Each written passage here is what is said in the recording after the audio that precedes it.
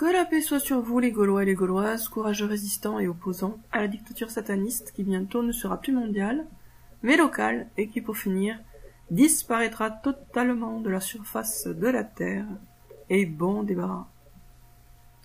Petite vidéo pour vous parler de choses dont je vous ai déjà parlé 1000 fois, mais j'ai cru comprendre qu'il y a quand même pas mal de gens à qui mes vidéos font du bien, donc je me dis qu'il faut que je reste relativement présente sur YouTube.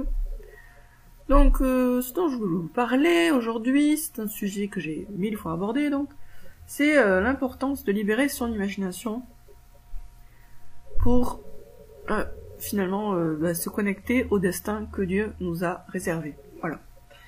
Donc nous, on est du verbe naître, on est dans un environnement extrêmement limité mentalement. On est élevé en France, et d'ailleurs dans la plupart des pays du monde, pour être juste des petits rouages dans un fonctionnement auquel on n'a pas du tout participé. On est façonné par l'école, par les médias, etc., par nos propres parents, pour être juste des esclaves salariés. Avec des vies minables. Désolé de le dire aussi franchement, mais voilà, bon, c'est la réalité. Donc on est façonné pour être ça et rien de plus. Juste des esclaves en fait. Des esclaves qui bossent pour des patrons et qui n'ont aucune vision personnelle. Une vision, c'est-à-dire une vision plus grande que celle de justement continuer dans un train-train, métro, boulot, dodo, quoi. Et pour sortir de ce carcan mental, eh bien, il faut le vouloir y travailler. C'est un peu, si on prend je vais prendre une comparaison, c'est un peu comme un esclave qui a des chaînes aux pieds et aux mains. S'il veut se libérer, il va falloir qu'il lime les chaînes.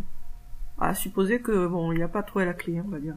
Donc il n'a pas de clé, il a des chaînes aux pieds et aux mains, mais par contre, il a une lime. Donc qu'est-ce qu'il doit faire pour se libérer? Il doit passer le temps qu'il faut à limer ses chaînes jusqu'à ce qu'il puisse les couper, et là il pourra vivre sa vie ailleurs, sa vie d'être libre. Donc c'est quoi l'équivalent symbolique de ce travail avec une lime là, qui permettrait de rogner petit à petit les chaînes? C'est un travail de l'imagination, c'est un travail de l'imaginaire. Notre imagination, c'est un peu cette lime. Donc pour nous libérer de nos chaînes mentales, et ce sont nos chaînes mentales qui nous gardent prisonniers et prisonnières au niveau littéral, c'est-à-dire qu'il faut bien comprendre qu'il y a une continuité entre l'invisible et le visible.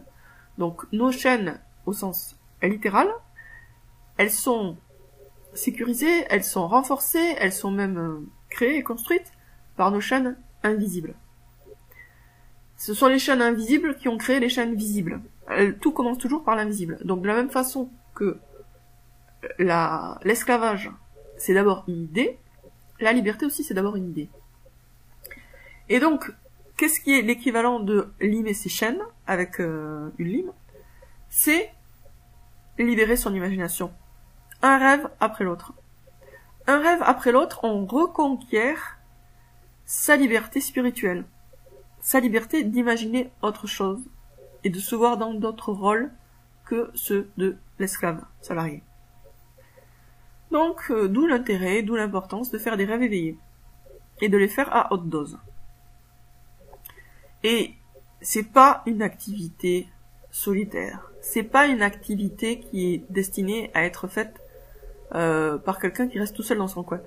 Alors bien sûr, faire des rêves éveillés tout seul, c'est mieux que de pas en faire du tout. Mais le rêve partagé, c'est un début de réalité beaucoup plus que le rêve tout seul. Donc on a besoin de rêver à plusieurs, de rêver en commun.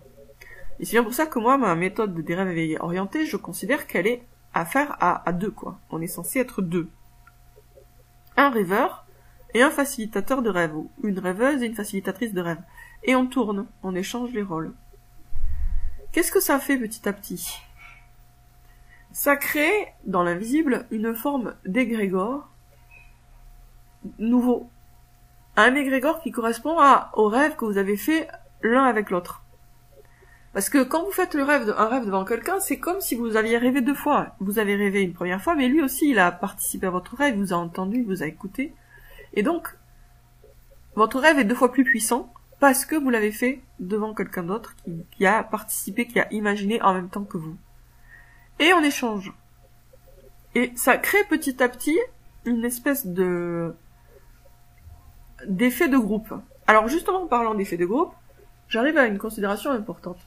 Vous savez que on parle de développement personnel, et en fait ce mot-là, personnel, il est un petit peu trompeur. Bon, c'est pas que je veux critiquer en particulier cette étiquette, elle a sa raison d'être, développement personnel. Elle a une logique, cette étiquette, elle est pas fausse. Mais, le problème, c'est que cette étiquette, elle nous conduit, quand on s'intéresse au développement personnel, à ne pas voir un point hyper important, c'est qu'en réalité, le développement dit personnel, il doit et il est interpersonnel. C'est-à-dire qu'en fait, je prends un exemple, la méthode Coué. La méthode Coué, c'est censé être une méthode à pratiquer tout seul dans son coin. On est censé répéter tous les jours, à tout point de vue, je vais de mieux en mieux. Bon. Mais en réalité, les grands succès de la méthode Coué, ils ont été accomplis par Émile Coué, qui était face à une foule, face à des foules. C'est-à-dire qu'en fait, même si aujourd'hui on considère la méthode Coué comme une méthode individuelle de développement personnel, donc un truc à faire tout seul devant le miroir de sa salle de bain, en réalité, les résultats les plus spectaculaires qui ont été obtenus avec la méthode Coué, c'était quand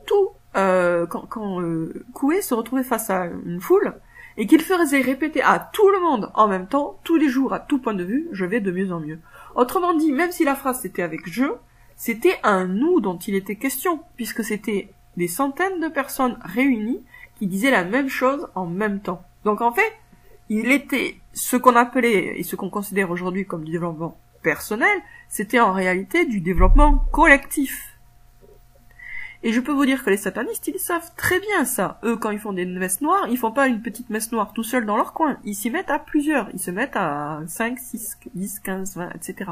Ils se rassemblent. Et ils ont tort de se rassembler pour sacrifier des enfants, mais ils ont raison de penser que c'est quand on se rassemble qu'on devient fort.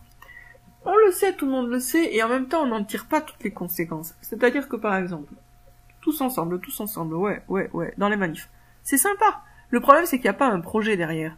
Donc les manifestations, c'était une réunion de gens qui étaient à peu près sur la même longueur d'onde. Je dis c'était parce que je crois qu'il n'y en aura plus beaucoup des manifestations. Des gens qui étaient un peu sur la même longueur d'onde, qui se rassemblent avec des paroles communes. Ça, rien que ça, déjà, il y a des effets bénéfiques pour les personnes, si bien sûr les slogans le sont. Mais ça reste des trucs superficiels et pas très utiles, parce qu'il n'y a pas derrière une conscience de tout ce qu'on peut faire et de tout ce qu'on doit faire quand on est à plusieurs. Ce qu'on doit faire avant tout quand on est à plusieurs, c'est partager nos rêves. Partager nos rêves. Plus on partage nos rêves, plus ceux-ci deviennent forts, puissants. Et quand un rêve est suffisamment nourri par suffisamment de personnes, il commence à descendre doucement dans la réalité, un peu comme un nuage, on peut dire, voilà, qui est chargé de pluie, donc chargé d'eau. Et à un moment, avec la condensation, l'eau descend sur terre et va fertiliser le sol. Et ben nos rêves, c'est un peu comme ces nuages-là. Juste un rêve qui passe là vite fait, auquel on s'attarde pas, c'est juste une espèce de petit nuage blanc qui va jamais se transformer en pluie. Mais si on se met à rêver à plusieurs, et qu'on, vraiment, c'est-à-dire on prend le temps de rêver, alors quand je dis plusieurs, pour moi ça commence à 2, c'est vraiment à 2 que ça commence. Et puis après, bien sûr, dans l'idéal, il faudrait arriver à 3, à 4, etc. Là, avec les vidéos audio, avec les vidéos YouTube, c'est une manière de partager mes rêves avec vous, et donc j'espère que ça va les rendre plus consistants, plus forts, plus puissants, plus lourds, et donc qu'ils auront plus d'impact sur le réel. Donc, je reviens à mon sujet plus ou moins principal. Les satanistes ont enchaîné nos imaginations, nous devons libérer nos imaginations. Ça se fait comment? Un coup de lime à la fois, un rêve éveillé à la fois. Mais ce rêve éveillé, si vous pouvez, ne le faites pas tout seul, faites-le avec quelqu'un. Trouvez un partenaire de rêve, un facilitateur ou une facilitatrice de rêve. Donc moi, je suis facilitatrice de rêve, bon moi c'est payant, hein. Je suis coach aussi. Si vous pouvez, trouvez-vous quelqu'un avec qui vous pouvez échanger des rêves, et là vous aurez rien à payer. C'est vraiment l'idéal. Quelqu'un qui soit suffisamment sur la même longueur d'onde que vous. Alors je sais que c'est pas évident de trouver, je reconnais. J'ai tout à fait conscience que c'est pas évident de trouver un partenaire de rêve. Mais si vous en trouvez un, gardez-le, et puis, toutes les semaines, échangez des rêves, ça va vous faire beaucoup de bien, ça fera beaucoup de bien à l'autre, et vous allez réussir petit à petit à sortir mentalement de cette dictature. Pour qu'on sorte physiquement de la dictature, qu'on la détruise, il faut qu'on en sorte mentalement. Il faut qu'on se donne le droit d'imaginer autre chose. Et ça passe, comme je vous disais, ça passe pas par des grands discours, même si je suis pas contre les grands discours, mais ça passe par des rêves précis et concrets qui vous parlent à vous, qui correspondent à votre vie, à vous. Les choses commencent petit. Il faut pas attendre un grand changement qui viendra du dehors, il faut mettre des petites graines de changement dans votre propre imaginaire à vous, un rêve éveillé à la fois.